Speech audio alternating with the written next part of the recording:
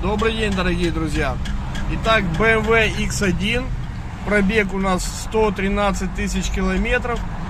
И вот, когда двигатель под нагрузкой, или когда я разгоняюсь, то есть нажимаю педаль газа, у нас есть вот такая вот погремушка сзади.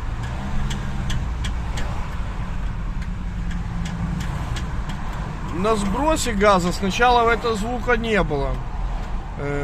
Он появлялся только при разгоне.